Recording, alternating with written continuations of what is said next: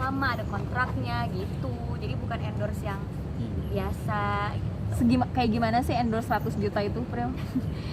Ya yang pasti brandnya biasanya pasti sudah besar kalau yang approach, yang memang brandnya udah terpercaya. Dan aku kan emang nggak langsung terima ya, jadi aku cek dulu produknya, terus apakah produknya bisa aku pakai. Karena kalau produknya nggak bisa aku pakai, aku kesannya kayak bohong sama publik kan kalau misalnya nge-endorsein atau ngepromoin produk itu. Jadi aku benar-benar pilih-pilih banget, makanya mungkin keluarlah harga itu karena memang aku orangnya pilih-pilih dan produknya nggak sembarangan dan beneran aku promoin karena itu barang aku pakai gitu. Tapi beban nggak sih, Pril, akhirnya kayak masyarakat tahu harganya segitu segala macam, jadi ketakutan, aduh gimana ya gitu sama pihak-pihak yang endorse gitu? Ya enggak sih, karena emang ya pihak-pihak yang udah kerja sama aku juga udah tahu berapa harga aku kan. Pasti kalau mereka udah pernah kerja sama juga pasti tahu, jadi ya nggak takut juga sih. Dan aku juga nggak pernah yang sembarangan. Alhamdulillah selama ini kalau orang percayain barangnya untuk aku promosiin, misalnya aku menjadi brand ambassador mereka atau aku memang mempromosikan produknya sekali dua kali, alhamdulillah puas karena memang aku mempromosikannya dari hati, bukan cuma sekedar aku seset udah gitu. Memang aku benar-benar ikut dalam gimana nih bikin konten yang bagus, gimana nih fotonya yang bagus, terus produknya beneran aku pakai di keseharian aku. Jadi orang juga lihat, oh iya beneran pernah dipakai loh, nggak cuma asal promosiin doang. Jadi ya nggak aku nembak harga mahal tapi mereka nggak dapet apa-apa gitu. Tapi Pril, dengan pemerintah yang akan mencanangkan pajak nih untuk para endorse gitu, gimana sih kamu? Ya kalau emang pemerintah udah ada kebijakan kayak gitu ya kita sebagai rakyat harus patuh kan ya. Dan alhamdulillah aku juga orangnya yang patuh banget gitu, apa-apa lapor. Terus kalau misalnya ternyata endorse ada pajaknya ya udah mau nggak mau kita juga bayar pajak di situ. Cuma itu udah kewajiban aku nggak akan lempar itu ke klien. Tapi ada nggak sih kayak produk-produk yang Prilly nggak terima gitu? Banyak. Apa ya? Ya produk yang kayaknya nggak cocok aja gitu sama aku. Banyak sih, kayak aku nggak ngerasa kayaknya aku bisa pakai produk itu di keseharian aku. Jadinya kalau aku promosiin nanti aku kelihatannya kayak bohong gitu kan, atau nggak cocok sama image aku gitu, atau permintaannya terlalu banyak gitu. Itu ada juga yang kayak gitu-gitu. Itu cukup selektif ya Bu? Oh iya dong, karena menurut aku kalau kita udah terima suatu barang untuk kita promosiin, image barang tersebut akan nempel juga di kita dan image kita akan nempel juga di barang itu. Jadi harus nyari produk yang emang image-nya sama kayak kita gitu. Kriterianya apa yang utama? Yang pertama dan utama?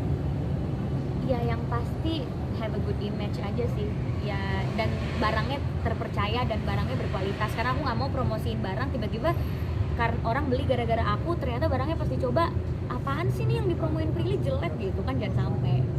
Badan POM itu termasuk pertimbangan juga? Kenapa? Oh iya itu bener. Produk yang tidak ada badan POM-nya nggak mau, pokoknya nggak mau, karena harus ada BPOM-nya. Itu kan kalau ada BPOM kan itu udah pasti bahan-bahan di dalamnya kalau makanan terqualified ya. Jadi kita nggak mempromosikan barang yang istilahnya ilegal gitu, yang nggak dapat sertifikat BPOM. Dengan usia yang masih muda, dengan bisa dibilang artis, otomatis jadi menunjang karir aku di sosial media. Misalnya gara-gara aku launching buku, followers aku jadi nambah. Gara-gara aku launching film, followers aku jadi nambah. Jadi itu satu hal yang terkoneksi gitu. Padahal tujuan aku memang aku pengen berkarya. Tapi kalau itu menunjang platform yang aku punya, menunjang Instagram aku, menunjang YouTube aku, sampai akhirnya kalau orang mau endorse ke aku harganya jadi mahal atau aku jadi bayarannya mahal, itu sebenarnya bukan tujuan utama. Itu kebetulan aja, alhamdulillah rezeki dari Tuhan gitu yang ngasih kesuksesan dari lewat karya-karya. Kalau aku sih tujuannya emang pengen berkarya, pengen bikin film, pengen main film lagi yang sebanyak-banyaknya gitu. Tapi Prilly biar ini mau udah maghrib ya. Tahun ke depan ada nggak nih? Kenapa? Prilly mau jadi apa, mau bikin apa gitu? Itu salah satu sekarang yang ingin dicapai lah 5 tahun ke depan. Yang pasti sih tetap pengen jadi entrepreneur gitu ya. Udah ada perencanaan bisnis juga buat kedepannya. Tetap pasti di dunia entertainment juga, karena aku udah jatuh cinta sama dunia entertainment. Gak mungkin aku tinggalin karena bisnis atau apa. Jadi pengen jadi entrepreneur dan juga pengen jadi tetap kerja di dunia entertainment, karena menurut aku dua profesi ini saling mendukung gitu. Karena aku public figure, orang jadi percaya sama produk aku, dan karena aku public figure, klien jadi percaya sama aku dan punya kesempatan dan punya pintu yang terbuka gitu di mana. Prilly udah sukses banget nih, nggak takut nanti pasangannya yang minder atau gimana deketin Prilly atau gimana? Kalau menurut aku kan pasangan itu refleksi diri ya, itu kan juga yang dijanjikan sama Tuhan kan, pasangan itu refleksi diri kita gitu. Jadi kalau misalnya ada cowok yang minder atau aku suka dibilangin sama temen aku, udahlah jangan kebanyakan kerja, jangan pinter-pinter lah, nanti nggak ada yang deketin loh. Ya menurut aku berarti kalau nggak ada yang deketin emang belum ada aja yang diturunin Tuhan buat jadi jodoh aku gitu. Jadi santai aja. Jadi sekarang belum ada yang Tapi semakin meningkat itu lihat nama segala macam pendapatannya.